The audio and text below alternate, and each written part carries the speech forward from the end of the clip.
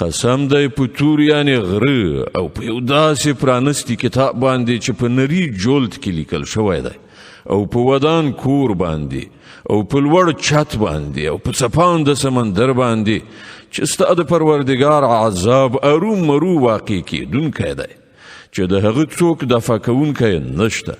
هغه به په هغه ورځ واقع شي چې آسمان په اوړېدو خوځېږي او غرونه په چټک تګ سره روان شي. تباهي ده په هغه ورځ د هغو دروغجن ګڼونکو لپاره چې نن د لوبې په ډول په خپلو دلیلونو جوړونو کې اخته شوي. په کومه ورځ چې به دوی په ټیلو د دوزخ د اور خواته بوتلی شي، په هغه وخت کې به دوی ته وویل شي چې دا همغه اور دی چې تاسې ورته د دروغو نسبت کوو. اوس وښیئ دا کوډې دي او که تاسې بینایي له لاسه ورکړې ده. زه اوس په دې دوزخ کې دننه وسوځئ.